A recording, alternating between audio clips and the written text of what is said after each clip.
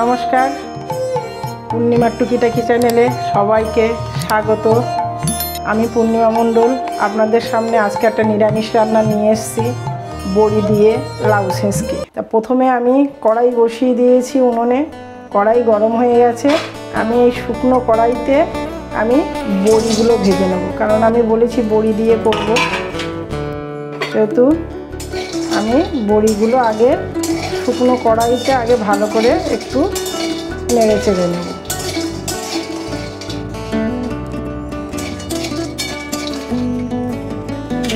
একটু নাড়াচাড়ার পরে আমি অল্প করে তেল দিয়ে দেবো। দেখুন বড়িগুলো একটু লালচে লালচে বাদামি কালারের হয়ে গেছে। এরকম বাদামি কালারের করে একটু ভেজে নিতে হবে। অল্প আমি তেলে দিয়ে ভাজলাম, কেন আমি ছাঁকা তেলে ভেজে নিতে পারতাম, কিন্তু আমি অল্প তেলে ভাজলাম, বেশি তেল ব্যবহার করলাম না। এভাবেও আপনারা করে দেখবেন, ভালো লাগবে। আমার বড়িগুলো আমি ভেজে নিয়েছি, এবার বড়িগুলো আমি তুলে নিচ্ছি। বড়িগুলো সব তুলে নেব। এবারে আমি তেল দিয়ে দিলাম। তেলে আমি 6-7টা শুকনো লঙ্কা নিয়েছি আর তেজপাতা নিয়েছি, আমি তেলের উপরে দিয়ে দেবো। একটু লালচে হয়ে গেলে শুকনো লঙ্কা, তারপরে আমি দেব একটু কালো জিরে, অল্প করে একটু কালো জিরে দেব, 1/2 চামচের মতো। এবারে আমি গ্যাসটা সিমে দিয়ে দিয়েছি। এই লাউ ছোট্ট ছোট্ট করে কুচি কুচি করে নিয়েছি, লাউটা দিয়ে দেবো।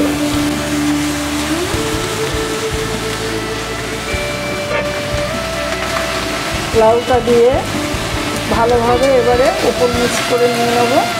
একটু লবণ দিয়ে দেবো, কারণ যাতে লাউটা গরম একদম নরম হয়ে একদম জমে যায়, যাতে তার জন্য একটু লবণ দিয়ে দিলাম।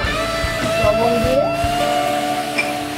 একটু নেড়ে ফেলে দেবো, ভালোভাবে নেড়ে দেবো সব দিকে ঘুরিয়ে, কারণ লঙ্কাটা নিচে থাকলে লঙ্কাটা আরও পুড়ে যাবে।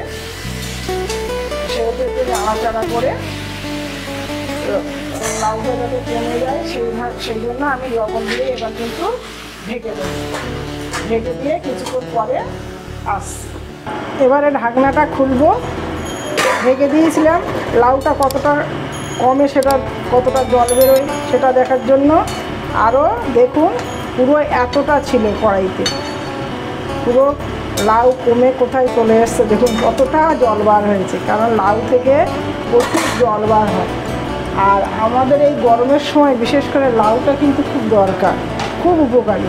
আচ্ছা, এবারে আমি দেখুন এখানে মশলাগুলো অ্যাড করছি।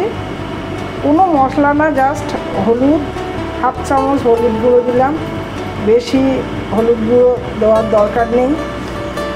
একটু অল্প করে একদম 1/2 চামচ জিরে গুঁড়ো, 1/2 চামচেরও কম ধনের গুঁড়ো। এবারে ভালোভাবে নেড়ে চেড়ে দেবো। লাউ ছেচকি করতে কিন্তু কোনো রকম হ্যাপা না, খুব সহজে কিন্তু লাউ ছেচকি হয়ে যায় বড়ি দিয়ে। একটা সুন্দর একটা কিন্তু পদ, এই গরমের সময় খুব ভালো লাগে। এইবার যে জলটা আছে আরও জল কমবে, তারপরে আবার আমি আরেকটু ঢেকে দেব। এবারে ঢাকনাটা খুলে দেখব, মশলাগুলো সুন্দরভাবে মিশে গেছে লাউয়ের সাথে, কিন্তু বেশি জল নেই আর। এবার দেখুন আমি বড়িগুলোকে কিন্তু ভেঙে দিয়েছি, অল্প আধ ভাঙা করে দিয়েছি বড়িগুলো। এবারে উপর থেকে দিয়ে দেবো। এই বড়িগুলো দিয়ে আমি একটু ভালোভাবে নেড়ে চেড়ে নেব। একটু আধ ভাঙা করে দিলে কি হয়, বড়িগুলো না ভালো মিশে যায়। এবারে গোটা গোটা থাকলে অতটা বেশ টেস্টি লাগে না। এবারে এর সাথে দিচ্ছি একটু হালকা করে মিষ্টি যেমন লাগে তেমন দিতে হবে, সেটা আন্দাজ মতো আপনারা বুঝে দেবেন। কারণ আমরা নিরামিষ তরকারি বিশেষ করে লাউ ছেঁচকিতে একটু মিষ্টি না দিলে না ভালো লাগে না, ওই জন্য একটু চিনি দিলাম। আমরা বেশি খাই না, বেশি মিষ্টি তরকারি খাই না, কিন্তু লাউর ক্ষেত্রে একটু প্রয়োজন হয়, লাউটা একটু মিষ্টি মিষ্টি হলে খুব সুন্দর লাগে। এবার আরেকটু ঢেকে দেব। বেশ কিছুক্ষণ পরে ঘুরে এলাম, ঢাকনাটা এবার দিয়ে দেখবো।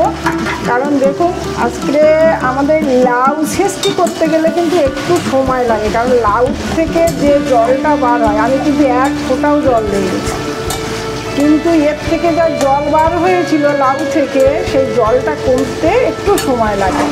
আর ঝোল ঝোল থাকলে কিন্তু লাউ ছেঁচকিটা ভালো লাগে না, সেজন্য লাউয়ের জলটা যতটা শুকিয়ে আসবে ততটাই কিন্তু টেস্টি হবে লাউটা। আর এরকম একটু খুন্তি দিয়ে খুচড়ে খুচড়ে দিতে হবে, দিলে কি হবে বেশ একটা থকথকে ভাব আসবে। দেখুন বড়িগুলোও কিন্তু সুন্দর একদম ভেঙে দিয়েছি বলে সুন্দর মিশে গেছে। এবারে একটু জল কিন্তু পুরো শুকিয়ে গেছে। এবারে আমি একটু উপর থেকে জাস্ট একটুখানি অল্প করে ভাজা মশলার গুঁড়ো দিয়ে দিচ্ছি হালকা করে।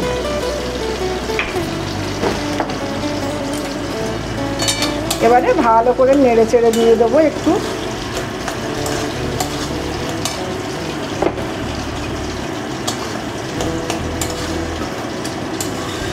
একদম জল নেই, পুরো বুঝতে পারছেন একদম জল নেই, কিন্তু পুরো শুকনো শুকনো হয়ে গেছে, আর কত সুন্দর থকথকে হয়ে গেছে।